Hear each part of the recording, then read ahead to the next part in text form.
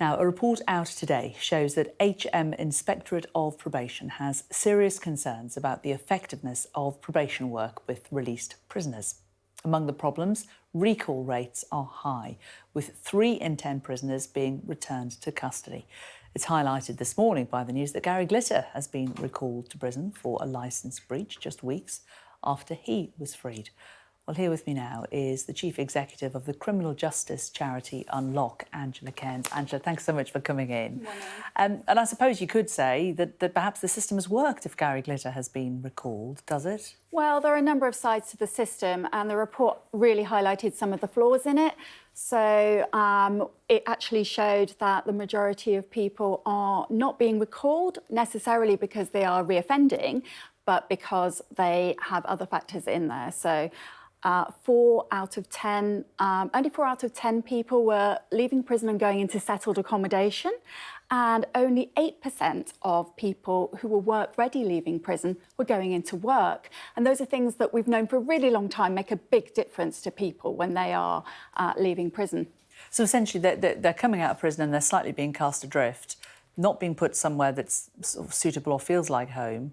And even though lots of them have developed skills inside prison, those aren't being put to use. Absolutely, absolutely. It's a huge issue. And we know employment is one of the biggest factors in people staying out of prison, living positive lives, being able to move on themselves. So at Unlock, we have a helpline that people can phone, anyone with a criminal record. And by far the majority of contacts that we have with people, and that was 9,000 last year, are about employment and the complexities of doing that. A recent report by the charity Working Chance also found that 30% of employers would not employ anyone with an unspent record. And that is everybody leaving prison at the moment. There are some employers that are different, though. I mean, I know Timpson's, for example, you know, they've made great strides, haven't they, helping people. I mean, it's just an extra thing. I mean, it's hard enough to find a job for a lot of people these days, but how hard is it to get back on your feet when you've come out of prison and you've decided to turn your life around? It's incredibly complicated because people who are in prison have often got a myriad of things that they need to deal with. So we've talked about housing, there's employment, but often health as well. So you may have been getting support around drug or alcohol abuse when in prison, you're released. If there's no continuity there, then that's problematic. People often have mental health conditions as well, and we know that neurodiversity is an issue for many, many people in prison. So that if the support's not there, then they're not able to take those next steps. And in itself, having a criminal record causes a great amount of stigma, prejudice and discrimination. So people often have to live with that for life. Is there a sense, too, that a lot of people, especially if you're talking about people who are neurodiverse, actually find it easier to be institutionalised, that actually the routine of prison and somebody else making decisions helps them, and actually that they almost, when they come outside, just find it easy just to go back in?